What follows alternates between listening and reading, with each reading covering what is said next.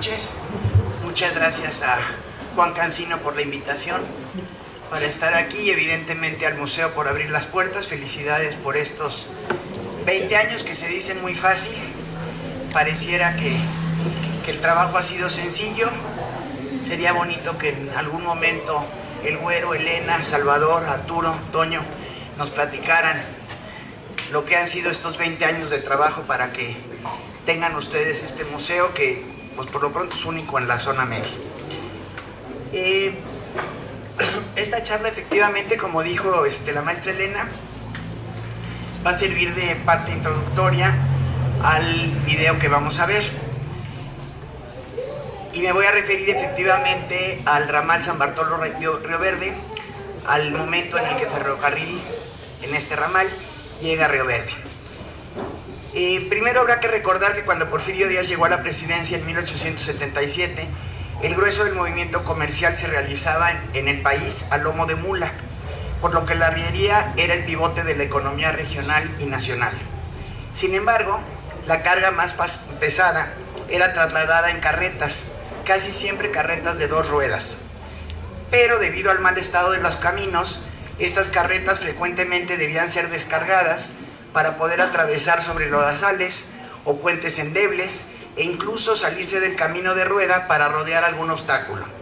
Estas maniobras de descarga y carga a lo largo del trayecto pues evidentemente retrasaban los tiempos de traslado y aumentaban los costos de los productos. Por su parte, las personas se transportaban en general a caballo. A veces lo hacían en coches y en diligencias tiradas por animales que enfrentaban obviamente las mismas dificultades que los vehículos de carga. La angostura de los caminos y la frecuente falta de empedrado en varios tramos hacían difícil su tránsito y muchas veces los viajeros debían realizar parte del viaje a pie.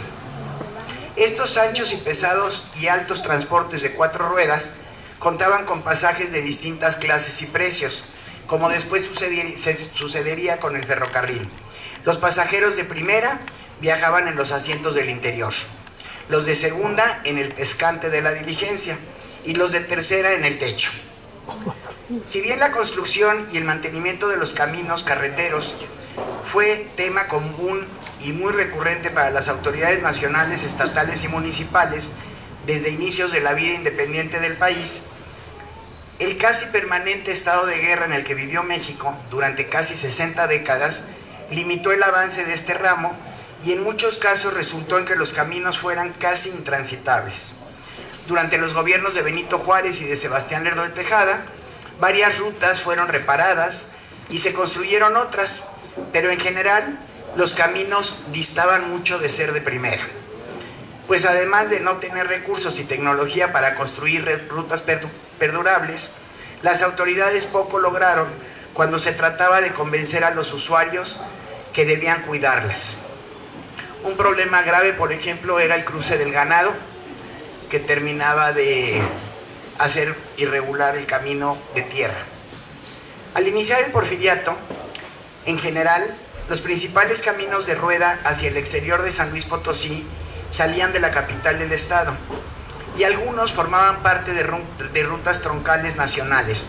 Por ejemplo, los caminos que pertenecían al trayecto entre la Ciudad de México y la frontera norte, que pasaban a través de Querétaro, Guanajuato, Saltillo y Monterrey, sitios que por cierto va a tocar después el Ferrocarril Nacional Mexicano. Otros caminos enlazaban diversas poblaciones del interior del estado con otras entidades, sin tocar la ciudad de San Luis. Entre ellos estaba el camino de Río Verde a San Luis de la Paz, en Guanajuato, que cruzaba la Sierra Gorda. A esto se sumaban varios trayectos hacia el interior del territorio potosino, como el camino que llevaba de Río Verde a Cerritos, Santo Domingo y Pastora, así como el camino de Rayón que pasaba por Río Verde, la Hacienda de la Boquilla y el Granjeno. Otras rutas menores conducían de Río Verde a distintas direcciones en el interior del estado, por ejemplo a Guadalcázar, La Palma, Ciudad del Maíz y Santa María Acapulco. Sin embargo, desde la época virreinal, el camino que más atención atrajo de las autoridades y los particulares potosinos fue el camino a Tampico.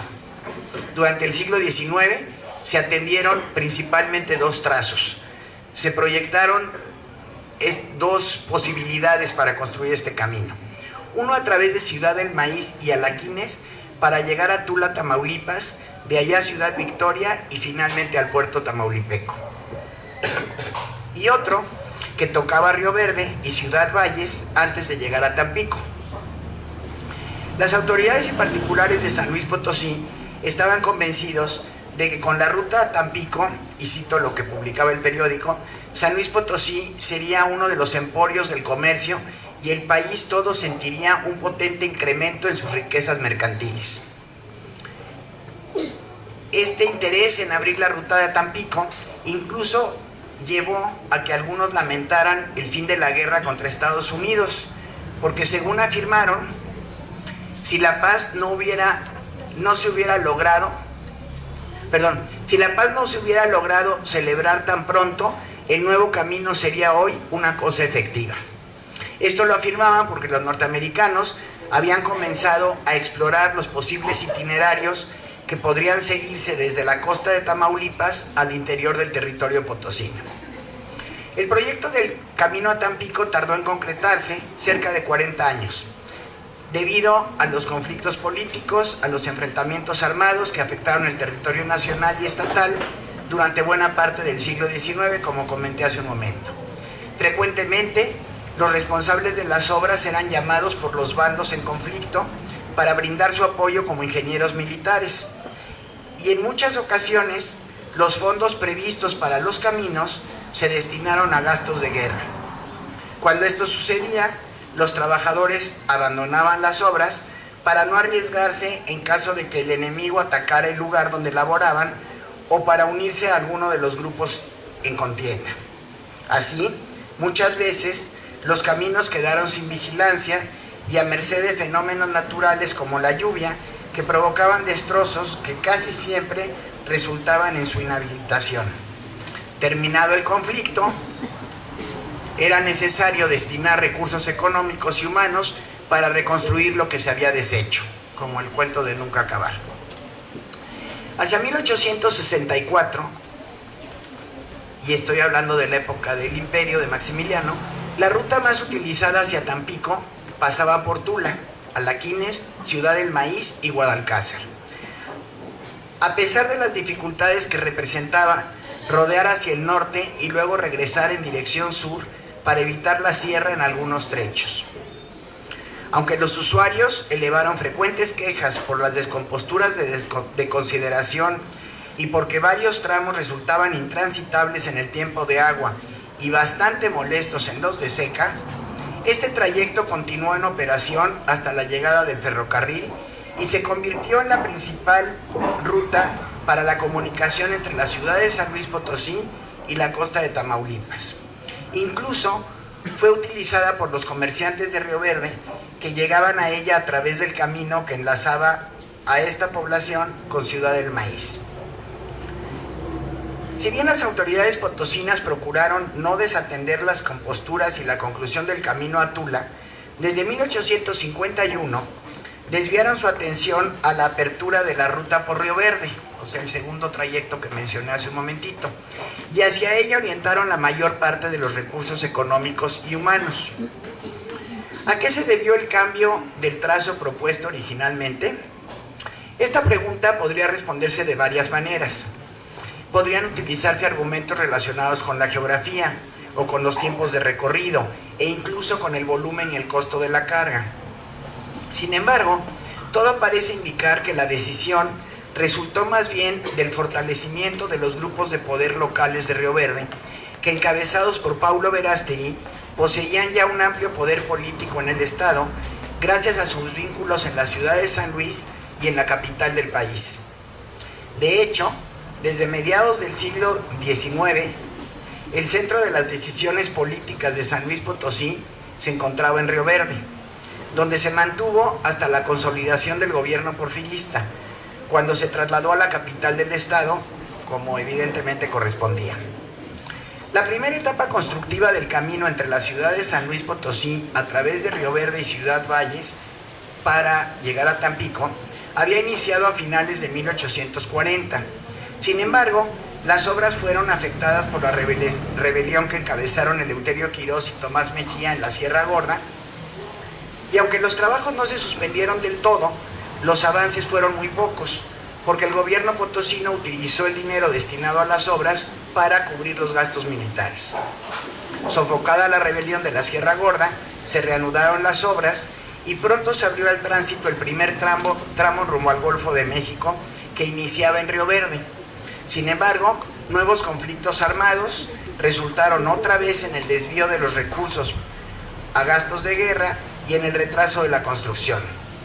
De acuerdo a un informe de Paulo Verástegui, quien por cierto encabezó la Junta de Caminos de San Luis Potosí en las décadas de 1840 y 1850, de acuerdo a un informe de él, fue hasta 1854, y cito lo que escribió Paulo Verástegui, cuando renació la esperanza en todos los interesados y se abrieron algunos tramos que quedaron bien hechos y a disposición de los caminantes, que encontraron fáciles y muy transitables algunos pasos que antes nunca lo habían sido.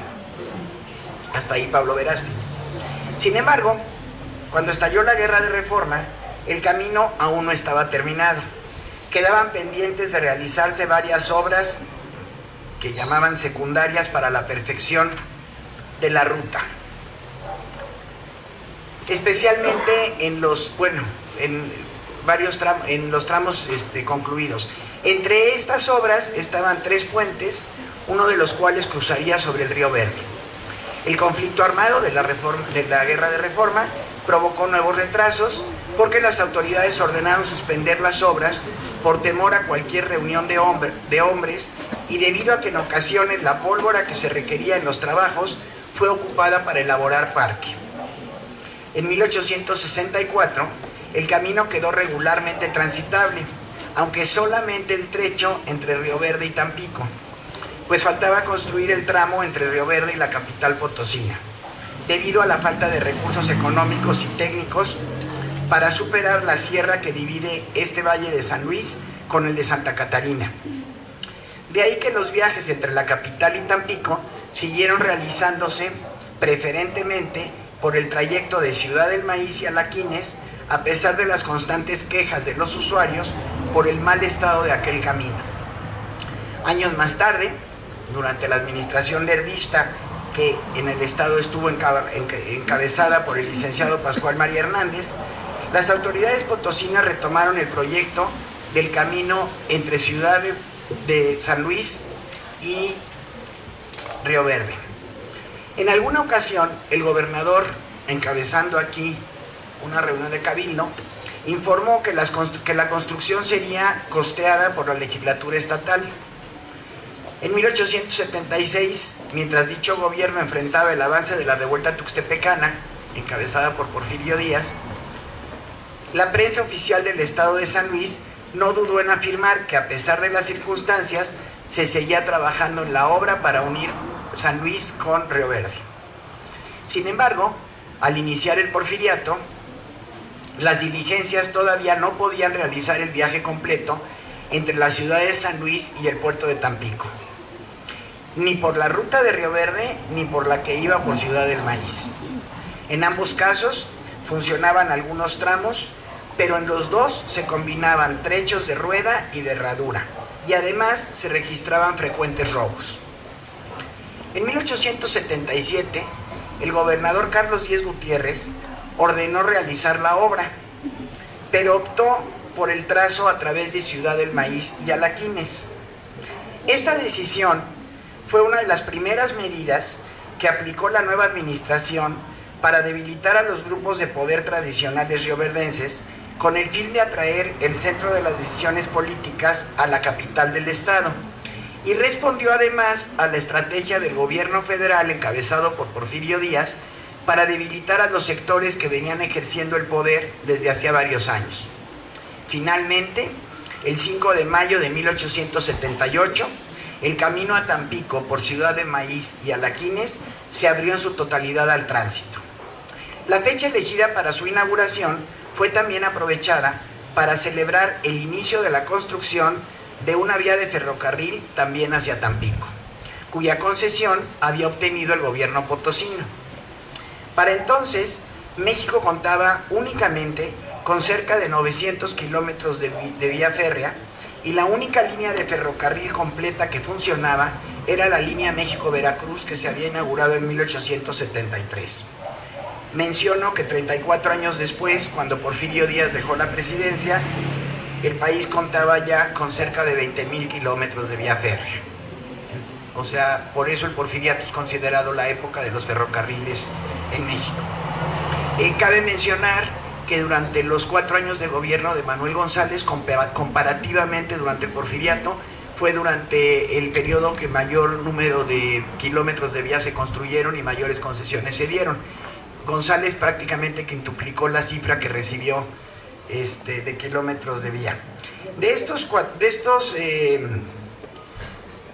cerca de 20,000 kilómetros con los que terminó el México en el porfiriato, aproximadamente 1,237 kilómetros corresponden al territorio potosino. Si bien algunos habían sido construidos por particulares, sobre todo en las haciendas, la mayoría de estos kilómetros pertenecían a la línea troncal del Ferrocarril Nacional Mexicano entre México y Nuevo Laredo, que fue inaugurado en 1888, y al ramal Aguascalientes, San Luis Potosí, Tampico, del Ferrocarril Central Mexicano, que inició operaciones en 1890. Cabe mencionar que, aunque con algunas variaciones, en lo general, ambos trayectos siguieron los mismos trazos de las rutas carreteras. Lo mismo que sucedió en el caso del Camino de Rueda, la atención de las autoridades y la opinión pública potosina se dirigió mayormente a la construcción del ferrocarril a Tampico. Realmente la construcción del ferrocarril nacional hacia Laredo, que iba a pasar por San Luis, sí les interesaba, pero no les llamaba tanto la atención. Ellos seguían con la vista puesta hacia el Golfo de México. La concesión original para este ferrocarril, como lo acabo de mencionar, la obtuvo el gobierno del estado de San Luis en 1878. De hecho, por eso inauguraron la construcción de la obra. Sin embargo, el gobierno de San Luis no pudo realizar la obra y años más tarde traspasó la concesión a la Compañía del Ferrocarril Central Mexicano, que fue quien construyó el ramal Aguascalientes, San Luis Potosí, Tampico. El ramal recorrió una distancia aproximada de 657 kilómetros y cruzó las 3 regiones geográficas del territorio potosino a través de una pendiente de unos 2,000 metros desde su punto de partida hasta su destino final. Luego de tocar la ciudad de San Luis Potosí, siguió la ruta del Camino de Rueda hacia Tula, Tamaulipas, para llegar al partido de Guadalcázar y continuar por el partido de Cerritos.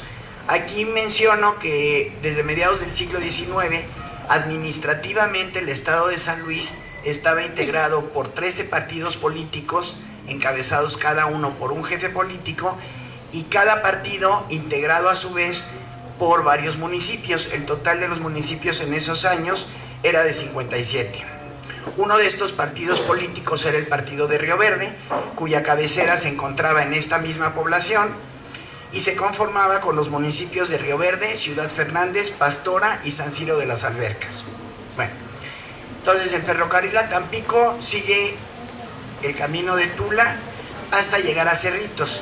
A partir de Cerritos, a partir del partido de Cerritos, el trayecto del ferrocarril a Tampico comenzó a desviarse del rumbo que seguía el Camino de Rueda, que iba a Ciudad del Maíz y Alaquines, para, después de atravesar la hacienda de Angostura, continuar hacia la hacienda de Cárdenas.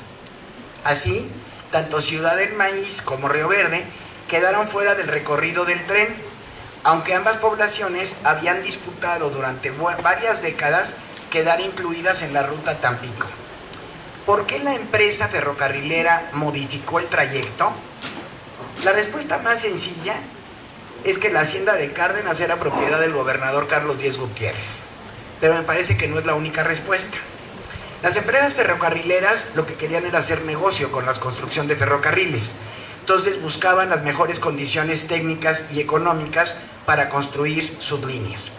Según los dictámenes de los ingenieros del Central Mexicano, el paso por la sierra que atravesaba el partido de Ciudad del Maíz representaba mayor dificultad que cruzar las serranías que separaban a la hacienda de Cárdenas de la hacienda de Tamazopo. Por otro lado, En la hacienda de Angostura, los constructores obtuvieron a un precio relativamente bajo la tierra y el agua que necesitaban para el tendido y funcionamiento del ferrocarril, ofrecimiento que en ese momento no realizaron los propietarios de Ciudad del Maíz y tampoco los de Alaquines. En lo que toca a la exclusión de la cabecera del partido de Río Verde de la ruta ferroviaria, que es lo que nos interesa, supongo, es indispensable tomar en cuenta el peso que tuvo la cuestión política, como sucedió también con el trazo del Camino de Rueda. La cabecera de la jefatura política estaba ya comunicada con Cárdenas por un camino de rueda que conducía a Tampico a través del partido de Ciudad Valles, que por eso comencé hablando de los caminos. O sea, ya había un camino que llevaba hasta Ciudad Valles a través de Cárdenas. De ahí que la construcción de una vía férrea en ese tramo no iba a representar mayores dificultades técnicas. Por otro lado, los 20 kilómetros que separaban a la cabecera de Río Verde de San Bartolo, donde finalmente el Ferrocarril Central Mexicano instaló una estación en su ruta hacia Tampico, tampoco significarían un aumento importante en el costo de la obra, en caso de desviar el trazo hacia aquella población y luego poder continuar hacia Cárdenas. Además, autoridades y propietarios de Río Verde estuvieron dispuestos a cubrir la diferencia económica que pudiera representar para la empresa constructora que el trazo incluyera a la población de Río Verde, y así lo comunicaron en 1880 y nuevamente en 1882 al representante de la compañía. En la primera ocasión, el Cabildo le extendió una fallida invitación, porque no fue atendida, para que constatara las favorables condiciones del partido, para que la vía troncal toque este punto, con preferencia al trayecto imaginado por Ciudad del Maíz y aún el que directamente pudiera proponerse de San Luis a la hacienda de Cárdenas. En la segunda ocasión, el ingeniero en jefe de la sección San Luis Potosí-Tampico del Central Mexicano, James Harrington, se entrevistó aquí en la cabecera del partido con el jefe político, que era Paulo Verástegui, y con las autoridades municipales, y les explicó que el trazo aprobado por el gobierno federal pasaría a solo 18 kilómetros al norte de la ciudad de Río Verde, rumbo a la hacienda de Cárdenas, pero también les aseguró que existía la posibilidad de alargar la línea ferroviaria unos 20 kilómetros para que llegara a la ciudad de Río Verde, tocando o no la hacienda de Cárdenas. Para hacerlo, Harrington les dijo que la empresa solicitaba tierras para la vía, la estación y para el derecho de vía, así como 10,000 pesos en efectivo. Esta suma podría considerarse una indemnización, pues era independiente del subsidio que ya tenía asignada la compañía para la construcción del ferrocarril. Los propietarios de los terrenos en Río Verde aceptaron ceder gratuitamente los que se requirieran, y las autoridades locales pidieron apoyo al gobernador Pedro Díez Gutiérrez para obtener el dinero que la empresa le solicitaba, pues excedía la cantidad que ellas y los empresarios rioverdenses habían calculado. Por su parte, el gobernador del estado ofreció negociar en la Ciudad de México dicho pago. Entonces, contando ya con la aprobación del Ejecutivo del Estado, el Ayuntamiento rioverdense firmó el contrato correspondiente con la compañía y le entregó los terrenos solicitados. Sin embargo, en 1884, sin mediar explicación alguna, la empresa hizo a un lado el compromiso y, apegándose al trazo anterior, excluyó de la ruta del ferrocarril a Tampico a la ciudad de Río Verde. ¿Qué pasó entonces? Desde mi punto de vista, Carlos Díez Gutiérrez, que había sido el primer gobernador porfirista, mencioné a Pedro Díez Gutiérrez, que es su hermano, que es el segundo gobernador porfirista, estuvo al frente del Ministerio de Gobernación durante el gobierno de Manuel González, por lo que evidentemente tenía acceso a información que ahora llamaríamos privilegiada o clasificada. Es factible suponer que la decisión de la constructora del Central Mexicano de no tocar Río Verde hacia Tampico fue resultado de una indicación de las autoridades federales. ¿Por qué? Por lo mismo que había sucedido con los caminos. De esta manera se evitaba que se fortaleciera el grupo de los Verástegui, que además eran los principales promotores del ferrocarril en esta zona, como ya lo había buscado el mismo Díez Gutiérrez desde la gubernatura en el 77, cuando apoyó el trazo del camino de rueda por Ciudad del Maíz. También es preciso señalar que a lo largo del Porfiriato, el grupo encabezado por los Espinosa y Cuevas desplazó al grupo de los Verástegui de la primera plana política. Incluso, si recuerdan, en 1905, José María Espinosa y Cuevas ocupó la gubernatura estatal. Entonces el ferrocarril a Tampico, después de cruzar la hacienda de Angostura, se dirigió al partido de Hidalgo, donde se ubicaba la hacienda de Cárdenas, sin tocar la cabecera del partido de Río Verde. Años más tarde, y luego de varios traspasos, una concesión que el gobierno federal otorgó a una empresa potosina para construir el ferrocarril Banega-Cedral-Matehuala-Río Verde, con un ramal entre Cedral y Potrero, dio lugar a 3 concesiones para el mismo número de líneas de ferrocarril.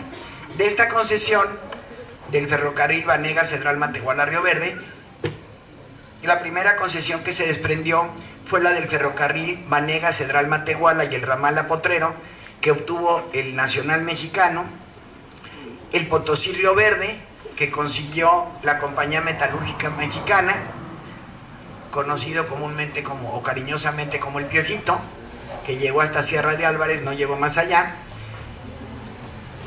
y el ramal San Bartolo-Río Verde. Esta última concesión, la del ramal San Bartolo-Río Verde, la obtuvo el Ferrocarril Central Mexicano en 1901.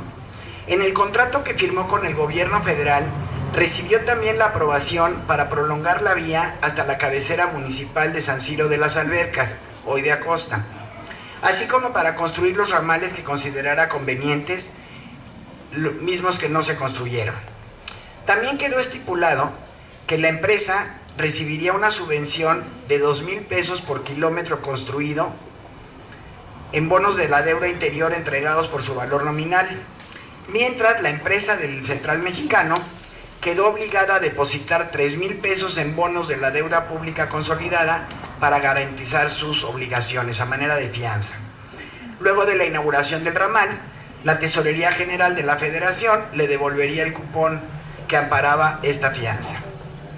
El ramal San Bartolo-Río Verde se construyó con relativa rapidez debido a la activa participación que tuvieron las autoridades y los propietarios rioverdenses en el proyecto. A diferencia de otros ferrocarriles que se construyeron en el territorio potosino durante el Porfiriato, el ramal San Bartolo-Río Verde resultó del concurso de recursos económicos provenientes tanto de la Federación como del Estado, así como de la jefatura política, el ayuntamiento y la misma población de Río Verde.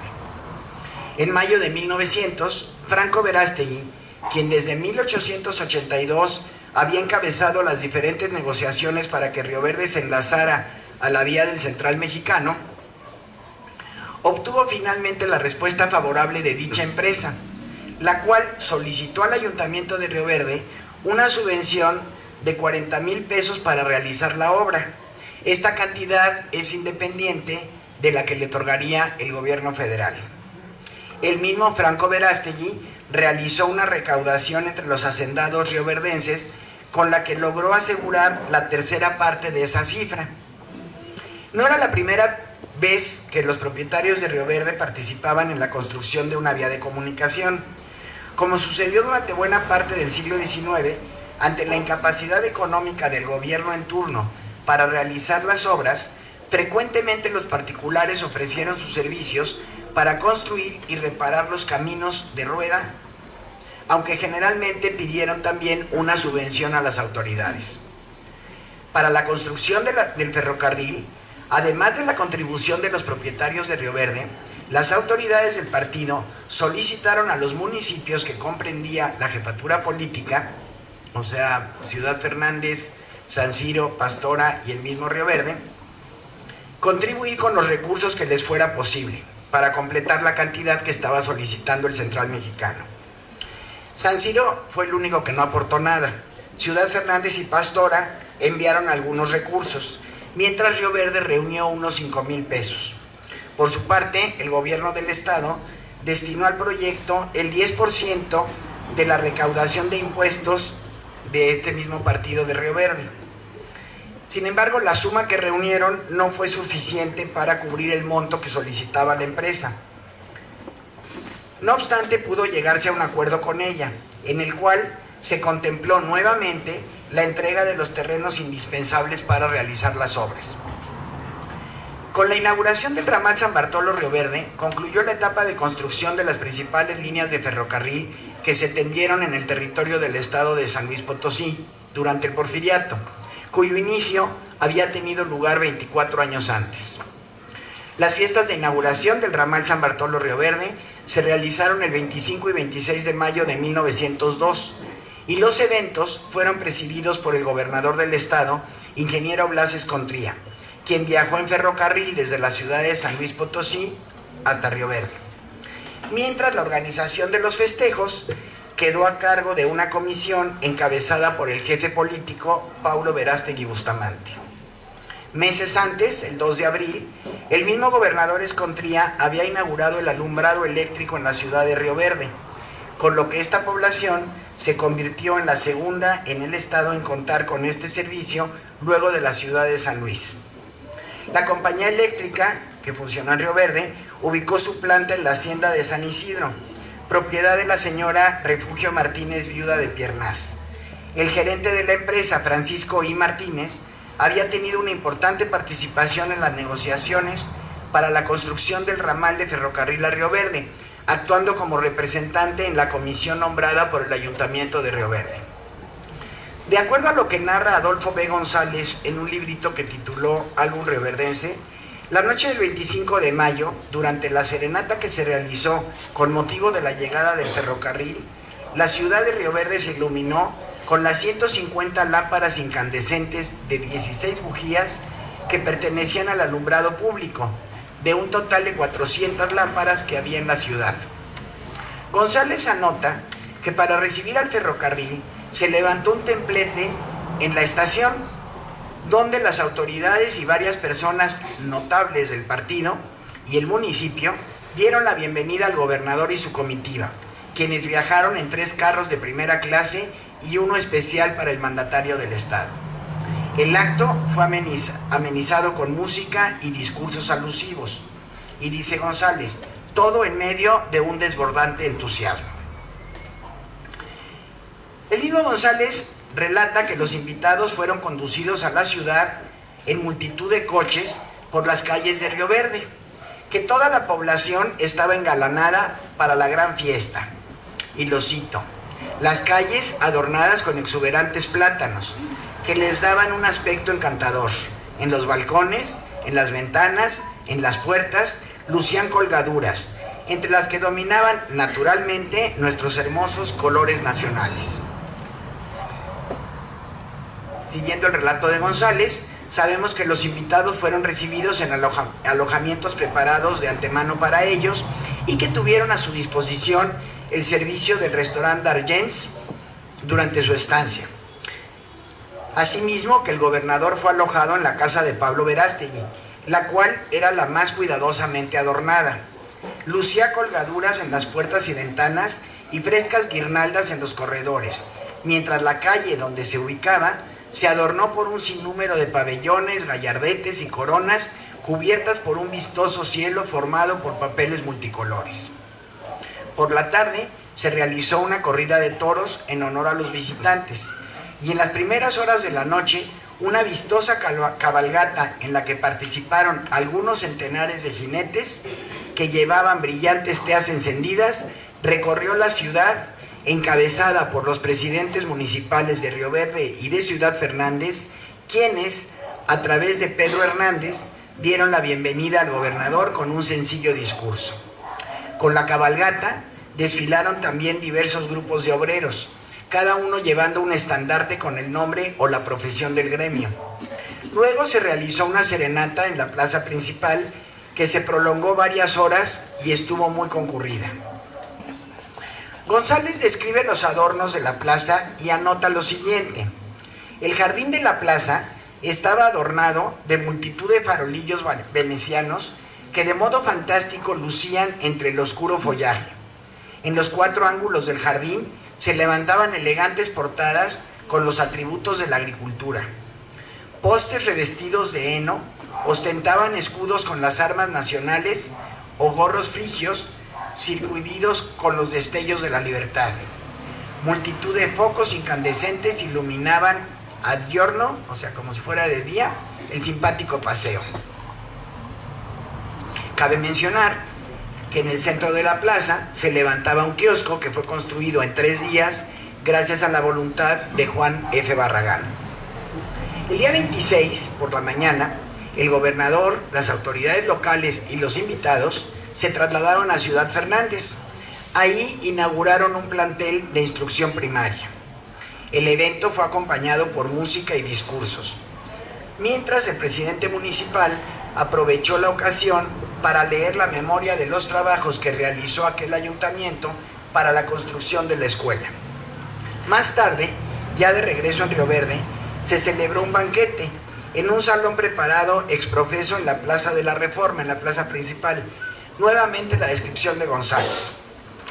Las paredes estaban tapizadas de heno y paxle, que se entablaron alternados.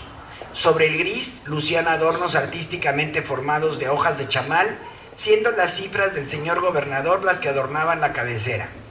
Hermosas flores de sotol, cuyas hojas que parecen de nácar, repartidas con sumo gusto, frisaban las paredes y adornaban las columnas, y multitud de plantas y flores hacían agradable el aspecto. Hacia el fondo se veía una minúscula montaña perfectamente imitada y una copia fiel del hermoso puente de Río Verde. Al empezar el banquete, dice González, se dejó oír la campana de un tren y todas las miradas se dirigieron a la imitada vía. Con agradable sorpresa vimos aparecer una pequeña locomotora remolcando un carrito en el que hermosos niños, con la inimitable gracia de la infancia, hacían de pasajeros, llevando sus maletas y sus mantas, etc. El pequeño conductor del tren bajó con un estandarte de raso bordado en oro, en donde se leía: paso a la ilustración, paso al progreso. Y desde el puente, con voz clara y facilísima dicción, pronunció un discurso que fue calurosamente aplaudido.